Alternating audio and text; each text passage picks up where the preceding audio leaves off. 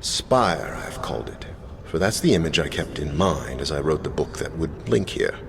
A soaring rock and crystal spire rising out of dense clouds like the watchtower of some gem-studded castle. Now that I'm here and am exploring the age in person, I find it to be exactly as I'd envisioned. Beautiful, yet so very deceptive. From the tower formation upon which I sit, an ocean of clouds spreads out below me. Rough stone steps descend toward them, ending at an empty terrace area. Created over centuries by the erosive power of wind, these steps, how could they be? For Spire has never had any inhabitants. Steps are not the only example of how the illusion I sought to create in this age holds true. Shortly after linking here, I walked through massive archways of stone, searching for a view beneath the clouds. As I walked, I felt as if the ghosts of a past civilization walked with me. This feeling was only enhanced by the beautiful harmonic sounds heard everywhere I went. I would have liked to determine the source of these sounds, simply for my own edification. Concerns must take precedence. Having found the flora caverns and assured myself of Spire's ability to support human life, I'm at last ready to leave. I even feel more comfortable with my decision to use this age as a prison world if I must. Yet I am sad to leave it too. There is still so much I could learn about the art simply by spending more time here, comparing the age with my original intentions for it. Unfortunately, once I link away, dropping my Myst book into the clouds as I leave, I know I will never be back. And I truly must go, for I still have another prison age to investigate.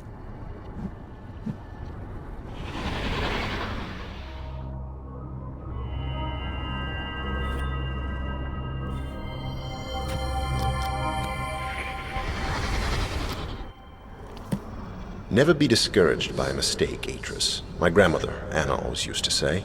Strive to learn from it instead, and you will achieve great things. Today on Haven, I saw my grandmother's words become truth. The broken ship merged into the causeway near Haven's coastline is exactly what I'd hoped it would be. A promise of intrigue and adventure, so palatable it made my own heart race with excitement to see it. I thought of how much fun the boys. Never be discouraged by a mistake I'd met in Stoneship Age. Emmett, Branch, and Will would have had playing in it, and almost wish I could bring their children here to do so. But Haven must remain off-limits to all if it's to become the prison world I wrote it to be. My sole foray into the age has proved it to be capable of supporting human life, though of course none exists there at this time. Much of Haven's interior is comprised of a dense tropical rainforest, which is obviously teeming. A few of the fruit eaters did stare at me curiously as I made my way under their nests. No doubt, having never encountered a human being before, they did not think to fear me. They might even have summoned the courage to become friends, had I stayed there any longer. Alas, I could not, for the weight of urgency was upon me, having convinced myself of the need to protect my Myst library should some overly greedy explorer stumble onto it. I felt it necessary to link home very quickly, taking only a few brief minutes to watch the sun set over Haven's freshwater lake. I swam out to the middle and linked away. By now, there remains but one task to finish before I can sleep. I must write 2 additional linking books tonight, one for Haven and one for Spire, my other prison age, then place them on display in the library.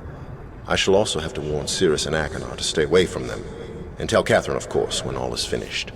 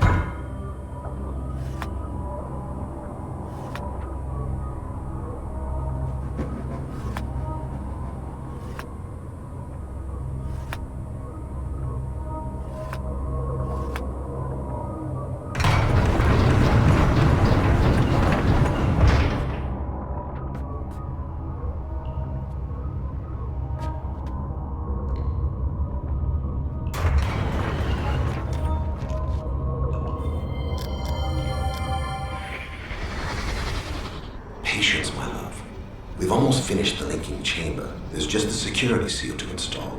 But we will see our sons again soon, I promise you.